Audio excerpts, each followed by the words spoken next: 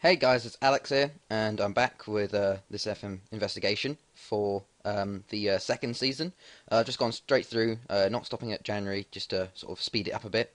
And this is the end of the second season, and as you can see, things have changed quite a lot in the Premier League.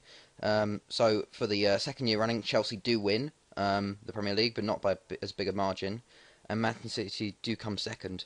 But the changes start from there. You got Southampton coming in third, um, taking that Champions League spot, and then Derby, newly promoted Derby, finishing in fourth above Man U. Then Tottenham, and then Blackburn, also newly promoted, get that last Europa League spot. Then Fulham, Arsenal have dropped quite a lot.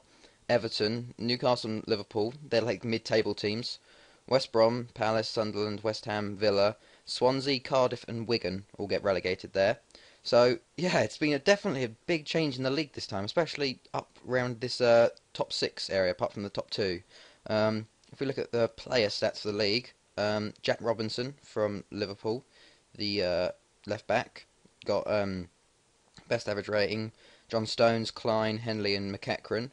Uh, Top goal scorer was Angelo Enriquez from Man United. Mason Bennett from Derby. This guy's just look. He's only 18 and he's second top scorer in the Prem. John Guidetti, Todd Kane, and Delfonso. Then assists wise, McEachran for Chelsea, Coquelin for Arsenal, Ward-Prowse for Southampton, Bowery for Villa, Plumane for Fulham, and then if we look at, I'll just bring up man of the matches, player of the matches. Klein and John Stones both got 10. Robinson, Will Hughes, and Ben Davies also got 8 each. But yeah, so gone to the awards actually. Golden Glove went to Courtois for a second season, who is obviously the best keeper in the league. 17 clean sheets this season. Footballer of the Year went to McEachran from Chelsea. He 27 appearances, 2 goals, 16 assists. Don't know if I would have given it to him, but it's a second Chelsea player now. Manager of the Year went to Malky Mackay from Southampton. Yeah, I can see that finishing third, and then Steve McLaren got third, with Mourinho in second. Players Player of the Year went to Marco van Ginkel for Chelsea as well. 8 goals, 5 appearances, 7.41 average rating. Players Team of the Year, quite a bit different actually. Got Courtois in goal, got Klein right back, Shane Duffy and Aaron Martin centre backs, Robinson left back, Zaha on the wing, along with Van Ginkel and McEachran in the middle with Todd Kane, a player I hadn't actually looked at really. He'd been in like Chelsea's youth system, but he's been playing well for them since in this database. And then we got Guidetti and Enriquez up front. On the bench, you got Jake Keane, John Stones, Will Hughes, Ward-Prowse, Falcao, Marrow, and Harry Kane. And then young player went to Will Hughes, then Klein, and then Ward-Prowse. And yeah, that's it for the awards. But yeah, the teams have changed quite a lot. I'll show you the transfers actually. Obviously, there's none within the league, but there's coming out. The biggest one was Oriol Romeo from Chelsea to Bayern for 17.5 million. So a player they normally would just sort of release or sell for quite a lot less. They've made a big profit on after he played well for them last season. Also, Jore Zakore left for Dortmund for 12.75 million. Joel Campbell went to Schalke for 10.25. Kenji Gore to Bayern also from Swansea. And then Pereira from Man U to Porting, and Humdet to PSV for 1 million. Then quite a few releases, which is quite weird though. Apostos Velios for Everton got released when he had quite a good year for them. Look at that. He was one of the top scorers and they released him, which is a bit strange. But yeah, that is the Premier League. Just kind of shows how Southampton's youth team is a lot it kind of shows that they're coming through now. They got like some of the under 18s and youth players playing. Sam Gallagher, Prowse obviously, Luke Shaw, Aaron Martin, the centre back. And this is when the regen start to come through a bit. So there is a few, like Graham Hickman is a regen there. And then if we look at Derby as well, they definitely did well, seeing as their first year in the Premier League. They got a regen goalkeeper. Yeah, they do. Regen goalkeeper starting, and then all these youth players. Will Hughes, obviously the main man there. Callum Ball up front as well. Mason Bennett, the man up front, obviously. But yeah, so if we look at the Championship, that was a double promotion for Wolves. They finished top of the league. That's a second successive promotion. They've got a very good team actually. Look at the values now for players. Jake Cassidy having another good year, I think. Yeah, 29 goals there. Then also getting promoted with them was Watford, and Sheffield Wednesday beating Brentford in the playoff final.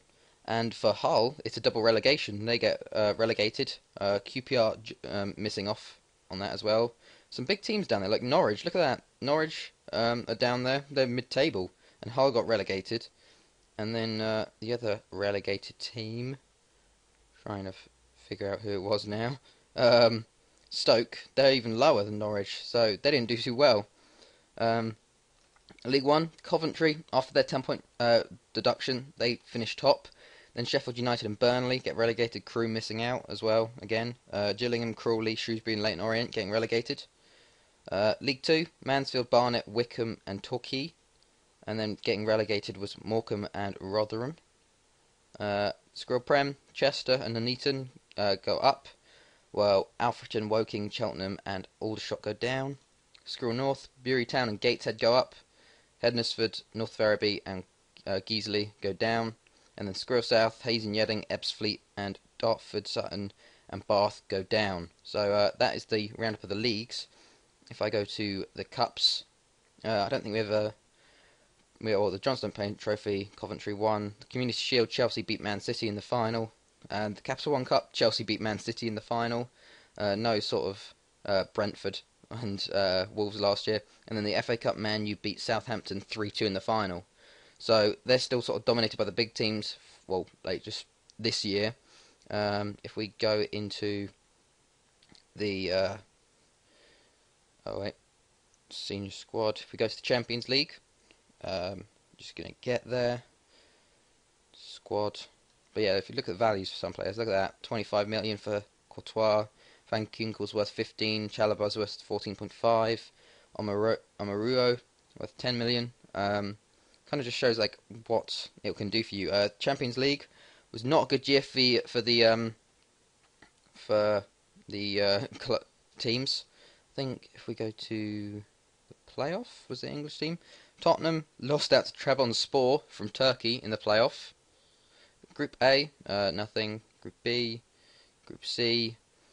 Chelsea went up second in their group, quite narrowly to be fair, versus Atletico. Then Group E, Man City 4th to 3rd again, getting quite dominated actually by Benfica and Juventus. And then the final one was Group H, where Man U finished bottom of their group and go out of the Champions League against Wolfsburg, Olympiacos and Shakhtar. So that wasn't very good. So Chelsea were the only team to get round to the second round and then lose to Juventus in the first knockout round there. So England's ratings are going to drop from that. The European Cup, I think the English team Wolves actually got through that playoff, along with Aston Villa. If there's any other teams here, don't think so. Group A, Tottenham went through their group. Group B, Group C, nothing. Arsenal topped their group in Group E. The only group win so far from an English team. Aston Villa finished bottom of their group. Then Wolves finished bottom of their group too, but quite narrowly though. But yeah. And then if we go on to the first knockout round, Arsenal lose out to Lokomotiv Moscow. Tottenham lose out to Leverkusen, and Man City lose out to Wolfsburg. So even if we do get to the first round, it's knocked out from there on. So not the best here. But it's just, you can see some of the young players starting to develop. Regens coming in and getting game time. This guy actually looks really good for 15. But yeah, so if we just get to the Premier League again. Yeah, that's the overall thing. If we look at England itself, we can look at the team. So we got Zaha, the most valued player playing for Man U. Rooney at Monaco. Napoli have Joe Hart. Klein's in it. Delfonso's in it. John Stones, Jake Keane, Jack Robinson. Got all the Celtic players. Bolton, Rob Hall's playing. And then Frank Lampard for Valencia still. So it's quite a small team. Maybe quite a lot of the players aren't picked. If we go to the under-21 squad though, look at that. You got loads of players. Ward-Prowse is worth 17.25 million. Luke Shaw, Harry Kane, all these young players. Brentford players in there. Sunderland, Connor Wickham, Liam Moore for Leicester. Danny Ings is at Inverness. Ryan Alsop from Bournemouth. So it's just sort of, it's strange to see all these just random teams doing really well. So as per usual, I'm going to sim through to the next season and see what happens with the likes of Wolves and Sheffield Wednesday coming into the league, and to see how the players do actually, and see if Southampton and Derby can actually move these top two teams out of the way and go for the league title. So I hope you guys enjoyed this. It's been Alex, and I'll see you guys later.